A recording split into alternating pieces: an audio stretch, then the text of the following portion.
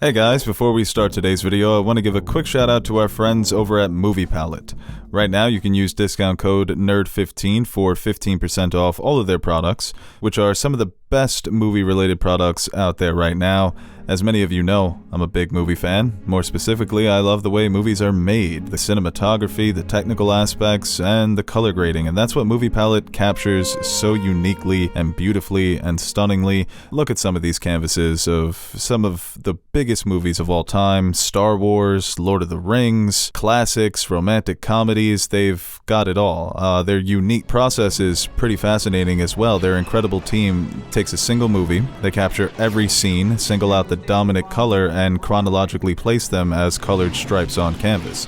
And it really captures that sort of painterly quality that movies have. They're able to tell stories through colors, and that's kind of what these canvases are doing. And our friends over at Movie Palette were nice enough to send us our very own canvas, and there was so much to choose from, but I settled on Lord of the Rings, The Fellowship of the Ring, not only because it's a beautiful canvas that celebrates the incredible work by Peter Jackson and Andrew Lesnie and that entire team that made some of the best looking movies of all time, but it matches my bedroom decor. Look at that. Happy coincidence, right? It's got the perfect color palette for my bed sheets, and it's just absolutely stunning when you get an up-close and personal look at the work that they're doing on these canvases. To me, it's one of my favorite visual representations of movies. I just find it so unique, so fascinating, a great way to represent the movies we all know and love. And like we mentioned before, you can use code NERD15 for 15% off all of their products, so head on over to their website, scroll, check out all the different canvases they offer. Truly some stunning works of art. There's no way in hell I'm going to be able to resist picking up that Blade Runner 2049 canvas. God, that is one beautiful movie, and it made one beautiful movie palette. So, go on over to their website and see if you can find the movie palette for you.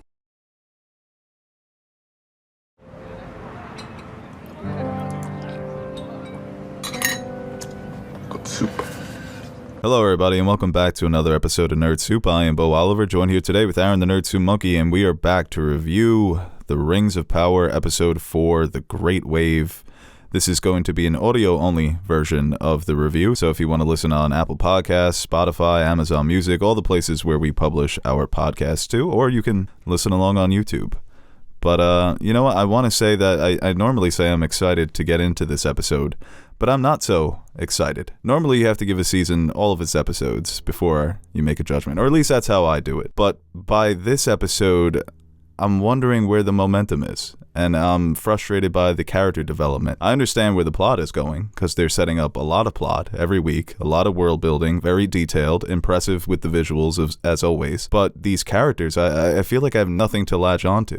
The characters that I like, the dwarves and the Harfoots, sometimes they take off an episode. Yeah. So we had no Harfoots, but we have the dwarves here. And I like Durin, I like the moment he had with his father, but no Harfoots. And I imagine that next episode, since we didn't get the Harfoots, we're going to go back with them. But characters like Galadriel and Muriel, the whole episode, they're on opposite sides. The push and the pull, the give and the take. You need to fight, I don't want to fight. And then by the end of the episode, they're on the same page. That development to me wasn't so great. So I'm just sort of wondering, who are the characters that I'm supposed to love? Who are the characters that I write home about? And I hate to keep making these comparisons. Yeah. Go back to the original Lord of the Rings series, right? That first movie, you love everybody in the Fellowship already. After just one story. No, right away, I think, in that movie, like even before they formed the Fellowship, you're on board with Frodo, Sam, Merry, Pip, and Gandalf. Bilbo to an extent, even though he's not in it for that much longer, but But even the way they introduced Bilbo, he's been spending hours looking over old maps. What the hell is he doing? What is he up to? There's some intrigue there. There's an interest. Yeah, I think the problem is, especially for me, it's not so much about the characters that we've seen since episode 1. It's when they introduce new characters. I think they do a poor job of that. Like Arryn and Isildur, these two characters that are introduced last episode, I believe. Like, I have no interest in them right now. And I just think they did a bad job of introducing those characters. So when you're trying to develop them, and I'm sure, the more we stay with them, maybe I'll warm up to them, but there's no, instant intrigue when it comes to, those characters. Yeah, I think their father, actually, is one of the more interesting characters, and I enjoyed his time with Galadriel and what he's doing with her, but I think, especially when you have such a big cast of characters coming in episode by episode, and some of them are just I'm not latching onto, I think that's a problem. Yeah, Isildur, the moment in this episode when he fucks up on the ship and he gets him and his buddies kicked out of the Navy. I really couldn't care less. Couldn't care less. And even when he's having the conversation with his sister and she goes, oh, I guess you can follow your dreams now. And he's all, oh, I don't deserve to follow my dreams. Right? You're just not really interested in that dynamic or the things that he's dealing with as an individual, how he thinks he may be disappointing his family, his country. Yeah, those dynamics, like you said, there's just not much to latch onto. And I feel like a lot of the stuff we got into in episode 3 was kind of retreaded in this episode as it pertains to Numenor. I like the scene in the beginning when Pharazôn, the dude who works for the queen, gives that sort of nationalistic speech to calm everybody down. Yeah. It was kind of the perfect speech to give in that situation because, and I like the way they played that. A lot of bigotry, a lot of racism stems from a sort of self-hatred and insecurity. So he tells them, do you think that one elf can bring down Numenor? Have a little pride in yourself. Have some confidence here, you know? It's even though his speech was also kind of racist, but I think Numenor. But then by the end of the episode, they're all like, we're going to help the elf. And he's just down with it. He's just like, yeah, we're sending out our ships. It's like, how did they get from the beginning of the episode to the end of the episode?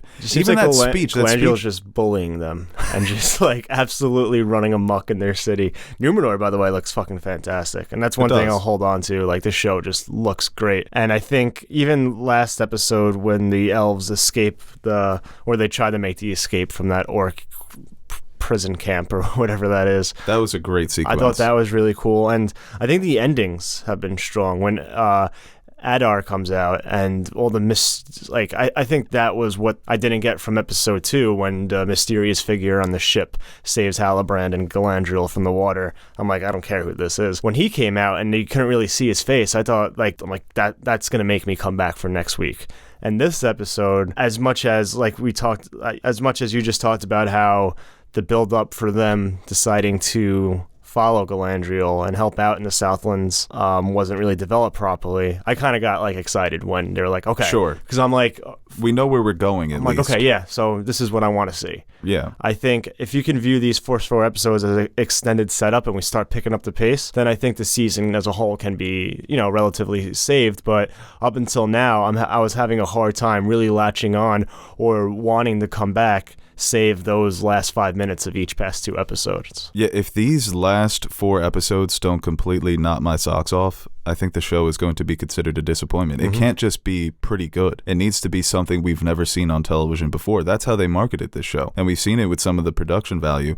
But when it comes to the actual plot, there needs to be an immense payoff. Right. Because I think the development here is weak, but at least at the end of the episode, you know that the elves and the men of Numenor are going to stand together.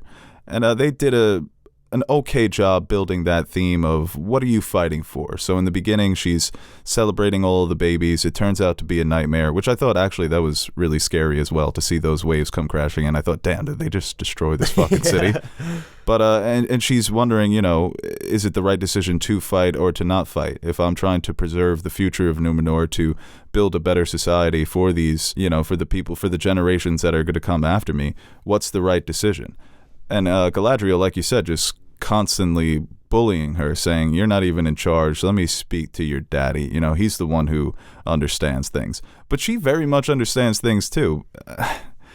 Once again, character comparing House of the Dragon. Viserys, you can feel the indecisiveness. It's written all over his face with his actions, the way he carries himself. With a character like Muriel, it feels like another day at the office, And even Galadriel, I understand what she's fighting for. That's a character who, the performance is what makes that character, because she's just so perfect for the role. But I wish there was a more clever way for her to find these allies. I just wish that development was a bit stronger and those relationships, those dynamics came about more naturally, and in a way where I was just invested in the struggle to form relationships, that there's some sort of sense of satisfaction by the time they get together. I'm not really feeling that for these characters. I always hate, like, in shows and movies, though, when, like, Galadriel, she's very forward and doesn't really follow any of the pleasantries. For her, it's like, this is life or death, so why am I going to sit around and try to suck up to somebody just to win their favor and maybe get what I want? And I think her approach, like, is useful in certain aspects. When you have Halbrand, who's more respectful and kind of tells her, it's like, you're kind of, you know, it's like, that's not the real reason why they turn you down. And then she says, well, yeah, I asked to speak to the real king. So she's very aggressive. But I always hate when that ends up proving to be the stubbornness of sticking to your guns ends up just finally wearing down the opposition, where they're like, okay, fine. Where I think Halbrand and her, like, I think that could have been a good moment for them to kind of see different, you know, their different approaches when it comes to certain things, and kind of learn to adapt and try another way to sway the opposition. Because it just feels like you said, eventually she just bullies them into being like, okay, we'll help. Even though, like, they do see in the Seeing Stone what's going to happen, and there's prophecy and all of that. So I guess she does know that in order to maybe prevent what they saw in the stone, that maybe they have to go with Galadriel. And obviously taking the sign of the leaves falling as, all right, like, we got to do something before it's too late. But for just, I don't know. It just, I wish that moment was built up a little bit more and was more convincing. And I wish that it was a more convincing moment, and maybe Galadriel and Halbrand together made a more convincing argument. Mm-hmm. I felt like there was a more clever way to get to that point where they are united, because that should be a moment that makes you feel happy as a member of the audience. Finally, our allies, who we're both rooting for, are seeing eye to eye, and they're to come together and face off against this incredible evil. And I think the way that the evil has been set up with Adar, with the orcs look fantastic. Adar is a scary presence, and I enjoyed the scene that he had with Arondir. You know, he's a villain. He looks villainy, but he shows sympathy for the dying orc. He's able to be empathetic in those last moments. Basically puts him out of his misery. And he does the classic, go tell your boys what happened here. If they don't swear fealty, I'm coming for them. So that's another aspect of the story where we know where it's headed. That Adar is going to come with his army of orcs, and Numenor is coming with an army of men. I really like Adar. Like, just from that moment alone, like, he's not just our boy Benjen Stark. Yeah, playing another kind of half-dead right, yeah, he's half-dead again. But yeah, that moment, he's not your typical big villain that we've seen in, like, Lord of the Rings. Like, there is something else to him.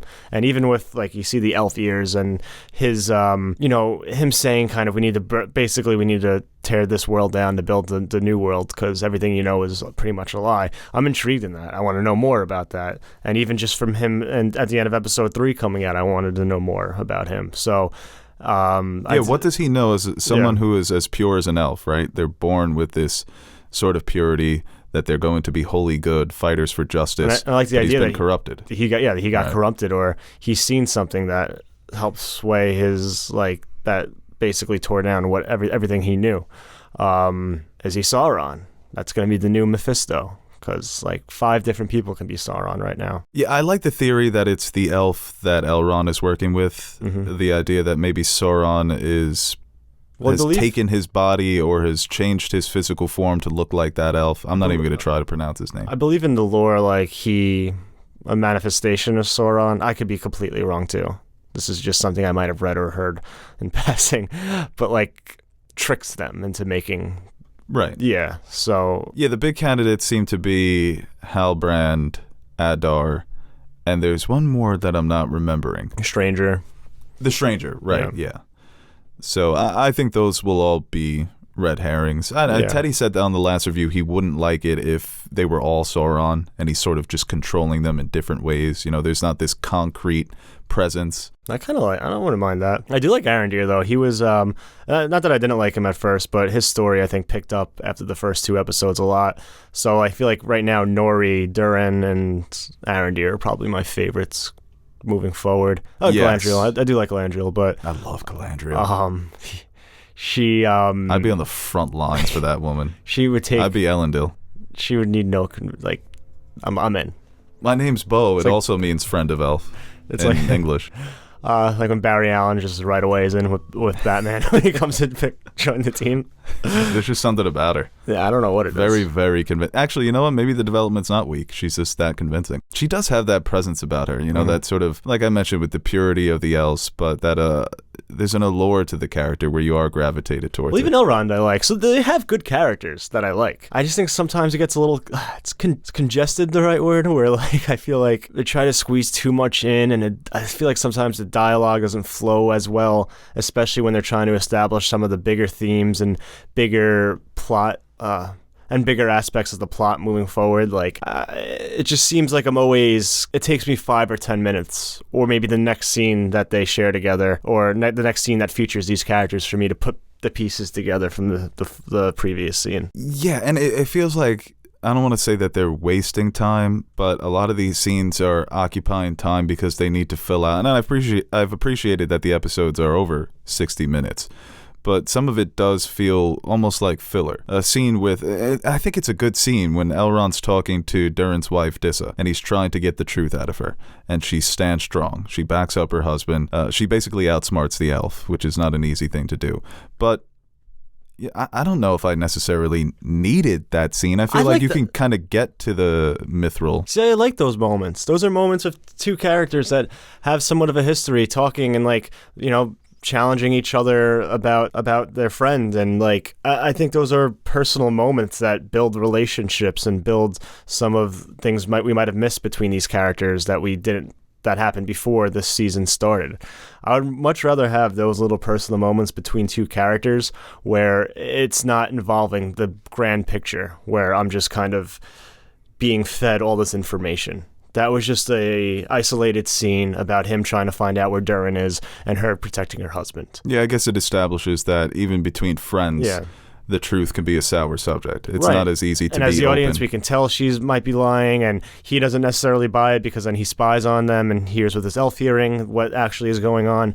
So moments like that are so, for that 2 minutes that are removed from these bigger events that I'm still trying to play catch up on, I actually enjoy that, and makes me like those characters a little more. Because as a setting, I think that's been the strongest so far. I think it would have been a better moment to establish their friendship if they put them in more peril. Mm-hmm. So if that scene where the mine does collapse and Elrond and Durin have to work together to get the remaining doors out, I think that could have been very effective of establishing that friendship, then sending them off on an adventure of their own. So they're going to travel off to Lindon. I did enjoy the scene of them in the mine when he does share the secret with him of the mithril, telling him that this can be something that brings about a new era of prosperity.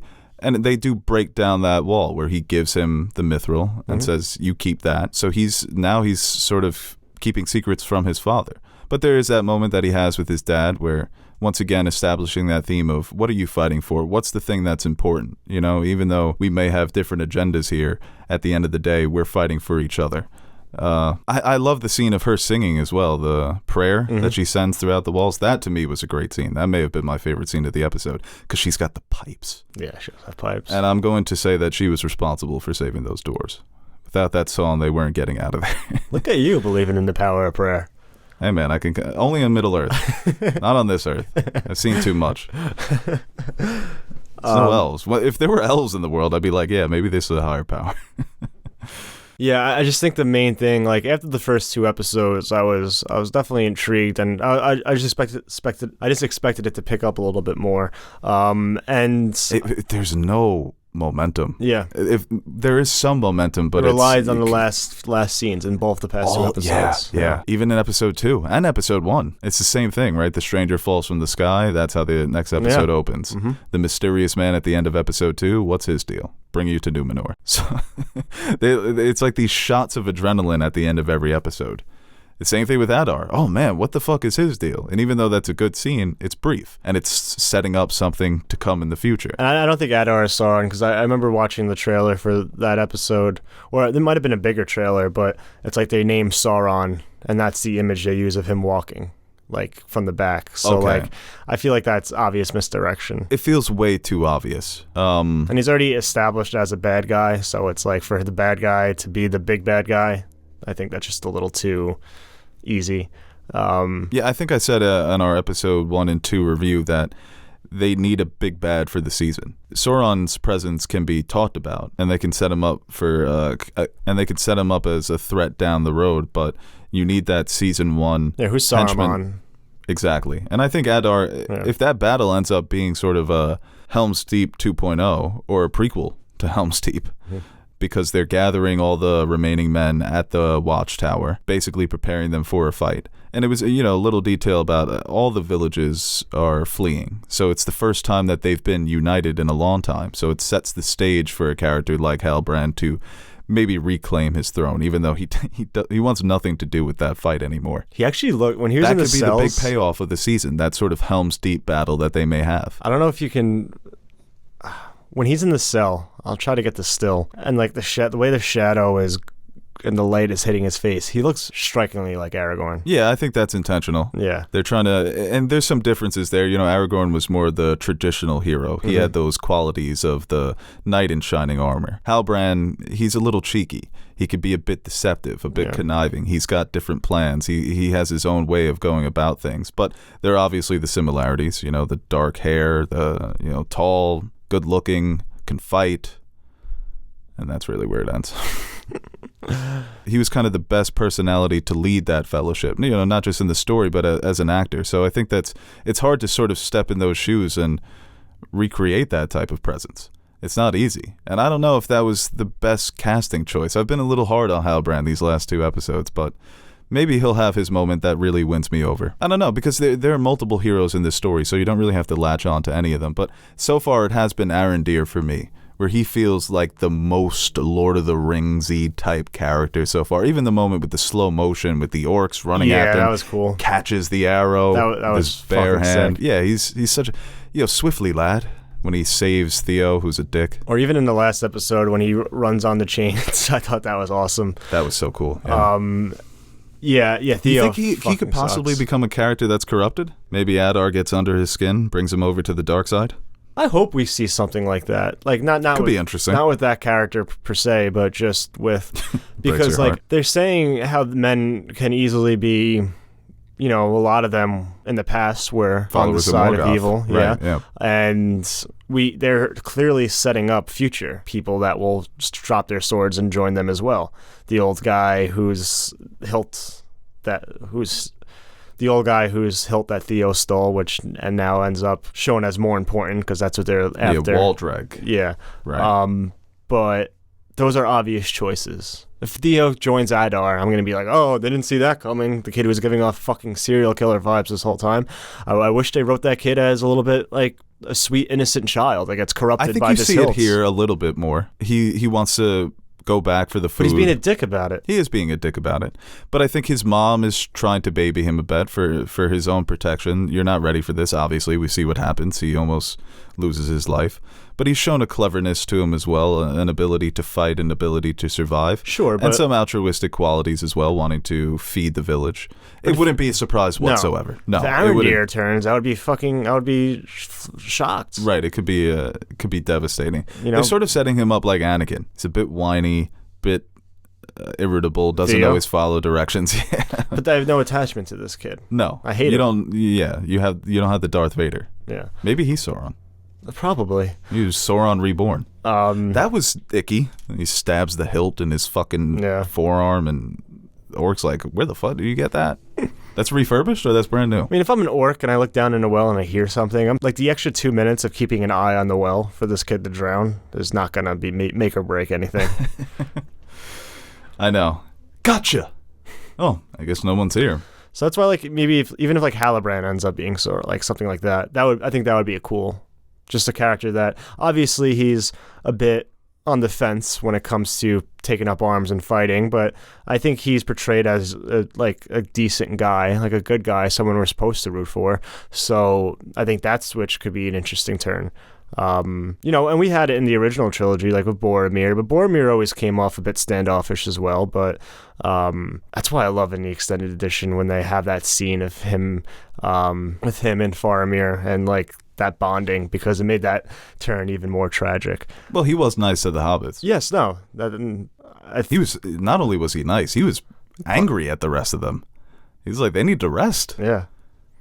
They got little legs. But he had moments of like doubt, but moments of like, oh, he's a good person. I got corrupted. Yeah. Well, they always establish that men can't hold on to the ring because they're too ambitious. And with Isildur, I mean, we know what happens with that character, so they're setting that up as well, that he's longing for something more. He wants to go west. You know, being in paradise isn't enough for him. Typical man, right? Always wants something more. Always looking over the horizon for greener pastures. But it's going to be the fucking Southlands, which are literally grayer pastures. Everything there just looks dead and dying. That's been a nice visual touch to the different settings, how they sort of represent what's actually happening there. You know, Numenor is very shiny, more advanced, so things are going well. And the Southlands, like I said, is practically a fucking wasteland. Well, I just wonder, because obviously those two storylines are going to converge due to that. Obviously, the greater Elven realm is going to go through Elrond, and that's the connection to the dwarves. And then you have the hobbits, the Harfoots, with the stranger. So I think ultimately the stranger is going to be what bridges that gap. So Sauron, Gandalf, Saruman, Legolas, no matter who he ends up being, like, it's going to be important for the story for them to kind of connect. Because right now they're off doing their own thing. Yeah, maybe they walk and they come across orcs and the elves save them, and that's how they join. But yeah, I feel like that's going to be the key to how they combine those stories. Yeah, that's the thing that's keeping me interested, is that they have all of these different characters in different settings, and I'm anticipating the team up when they're going to do the Avengers big moment, right? This is going to be their crossover. I just wish the development was better, because it just makes that moment that much more satisfying when you're heroes that you've grown to love, or maybe some of them are going to turn to the dark side. Oh, that's so tragic. At this point, I don't know if they're doing enough development to set up for those big moments, but we will see. Like I said, I'm anticipating a big battle between Adar, Arondir. You're going to have the classic Numenor sweeps in maybe at midway to turn the tides. So, and that's probably where we're going to see the budget. I don't know if that's going to be an episode 5 thing, probably 6, 7, maybe even the finale, right? They're just setting it up as a huge battle that ends on a sort of cliffhanger for the narrative. I mean, everything's looked great so far. Maybe not the warg. You know what? I didn't mind the warg because someone said they never looked great in the original trilogy. I think this one they gave more facial, like they gave it more of personality within its face. It looks goofy. It's got a goofy face, but it's very detailed. Yeah. I don't know what they're supposed to look like, but... Come on, you've seen a warg in the wild yeah, before. That's true, right, yeah. The Dwarven Kingdom looks great. Oh, every time they walk around, it doesn't... You know, talk about what you're able to do with CGI. You can make something that looks that real, or, you know, just real enough. And I love how it's in a mine, that contrast of, like, it's not supposed to look beautiful, but it does. Mm-hmm. It's really impressive, that setting. I really just want to cut their beards, because I know it smells crazy. When they're having that face-to-face conversation, Durin and the King. You know how many crumbs are in that? So many crumbs, so many... Ugh, man, I just want to take a big... Like the scissors that they use when there's a grand opening for something, just snip them and run away. Probably because it's like cutting off a Dothraki's hair. Yeah, it's super disrespectful. Yeah, I get ran up on by all their warriors. I love the Scottish accents too, man. Mm-hmm. Such a great touch for the Dwarven society and culture. They're just all Scottish. Yeah, I feel like, especially with that, I feel bad for Elrond, because I think eventually Durin's going to become privy to not what Elrond wants, because I think Elrond is he's being manipulated. Yeah, and then it's going to hurt their friendship. You fucking lied to me. I don't know. Well, I think for Elrond, too, maybe they'll have a conversation where Durin presses him a bit and says, what's really going on? And Elrond's like, you know what? I've been having some misgivings as well. Something does feel off. Mm-hmm. So maybe there'll be an honest conversation between the two of them, like they had with the Dwarven secrets, right? He makes them swear on that rock, whatever it was, to not say anything, and they have that moment of honesty. Maybe there's some more moments of honesty ahead, because they do feel like, you know, genuine friends. Like Gimli and Legolas by the third movie. So that should be a fun adventure. But, you know, the scene when Elrond's talking about his father and that he doesn't have a chance to talk to his father anymore, and he basically has this insecurity that he's not living up to his father's legacy. Go talk to your father. I'm like, okay, that's a sentimental, melodramatic moment, but... I mean, did Durin really, really need that moment with his father? I guess it was sweet, right? Yeah. But I feel like there hasn't been that much of a disconnect between them. He walks in, he's like, oh, my dad's all pissed off. I hate that old hag. Just kidding. I love you. I'm like, okay, that's familiar. We've seen this before in stories, but it's not something that I needed. You know, like, damn, I really wish that, like Tyrion and Tywin. When Tywin names Tyrion the Hand, you feel so proud for Tyrion. Finally, he's being acknowledged by his standoffish father, who's all he cares about is legacy and what you can do for me. And that's kind of the moment that Durin has here with his father, but you're not attached to these characters whatsoever. You don't care about their dynamic. Yeah. So I think it's almost like because the story's been so spread out, you don't have enough time to focus on to really build up to those smaller moments. Yeah. I don't know. It's weird because, like, even with Game of Thrones, I never cared about the jumping around. But you can argue that that first episode is so contained, and then it kind of spreads from there, where this seems to be starting from the outsides and coming together. Right, yeah. Yeah, for the most part, those adventures, like I said, I'm most interested in what's going on with Arondir. And Nori. And we didn't get Nori and the Harfoots in this episode. Nope. A lot of people don't like them. Really? Yeah. I love them. Somebody commented on they're fun. They're goofy. Teddy's tweet that he wants them to be eaten by something. That he wants something to come out of the woods and eat all the Harfoots. I like the hobbits, Harfoots. They always represent just the purest optimism of this wasteland. That's but even the Harfoots have some things to learn, right? I think because I feel like they're not at that level yet. They haven't. You know, when you meet the hobbits, that's when they're at their peak, right? They're still in the developmental phase here, where they're still, you know, they're skeptical of outsiders. Because the first scene of Fellowship, Gandalf comes and it's, oh my God, Gandalf's here. And this, you know, the stranger drops out of the sky. Nori's been hiding him. They find out. They basically leave them to die. They're like, yeah, you can march with us, but we're putting you at the fucking back. So it's like they still have some ways to grow. Sure. To become more trusting. But I think a lot of those qualities that you love about the Hobbits are present with the Harfoots. Yeah. Yeah. No, I think Nori, like I said, it's been Nori and Arondir. I'm pretty much on the same page with you. Probably my two favorite characters so far. And Galadriel. They're good characters. I'm not saying they aren't, but I wish they had more to do or developed a little bit better. But there's not a great character yet, man. I don't. You think by episode 4 you'd be like, man, this character's great. This is the guy. And yeah, or the gal. I don't necessarily think though you need. I think you can take time with that. I think obviously some stories require you to attach to somebody right away, and I think others give you some time to really choose, especially with such a big cast. I think. And there's no one really to hate right now. The idea of Sauron, sure, but Sauron's also kind of cool. Theo, I hate just because I think he's just not particularly written well. And Adar, I kind of respect so far.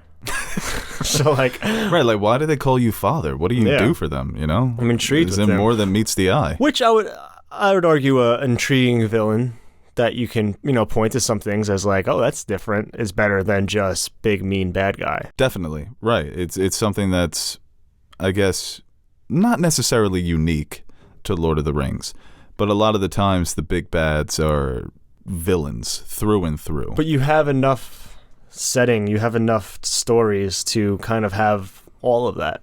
You know what I could really use? Orcs massacring a village.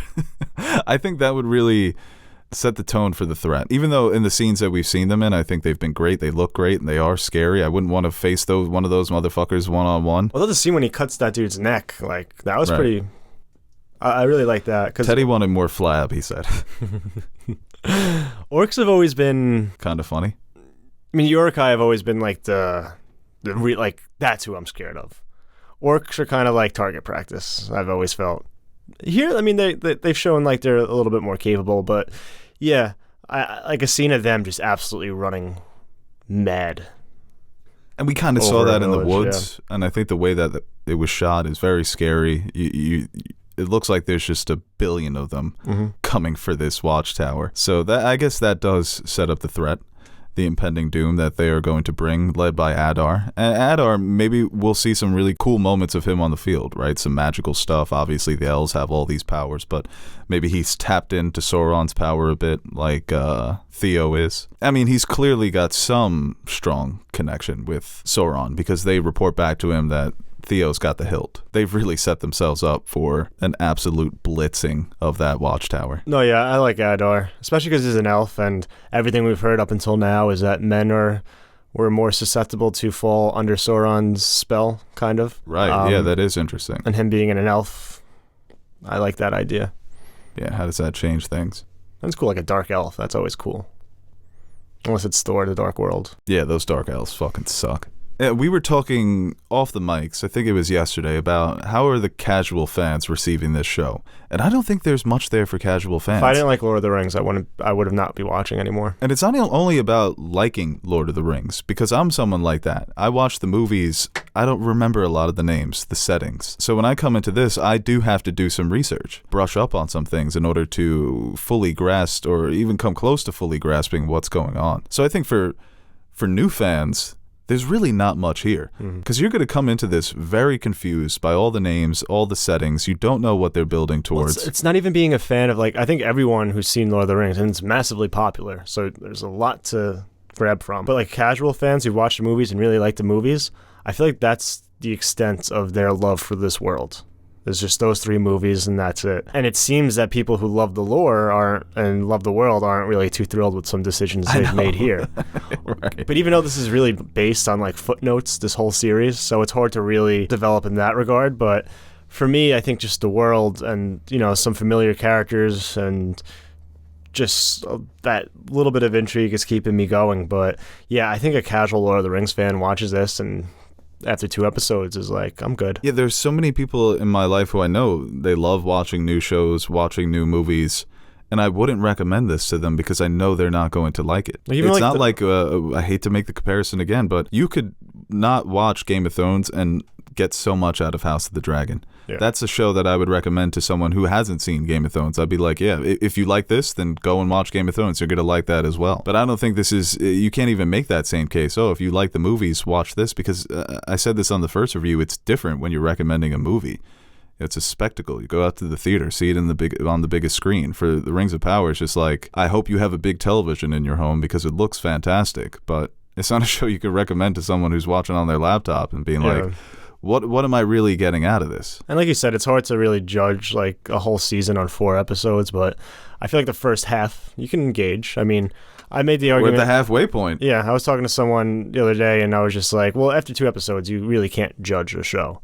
I think 4, you can really start to paint a picture. But I was like, if you watch 2 episodes of an 8-episode season, you know, imagine judging a movie off a quarter of it. Right. Or even half. But, you know, if I was watching the best second half movie of all time, for that film, my criticism will be, well, it really started off slow. The first half left a lot to be desired, but it really wrapped it up very well. So, like, there's still, I think, time, especially with these episode lengths, to really pack a lot of story and a lot into these final 4, because I believe it's only 8, right?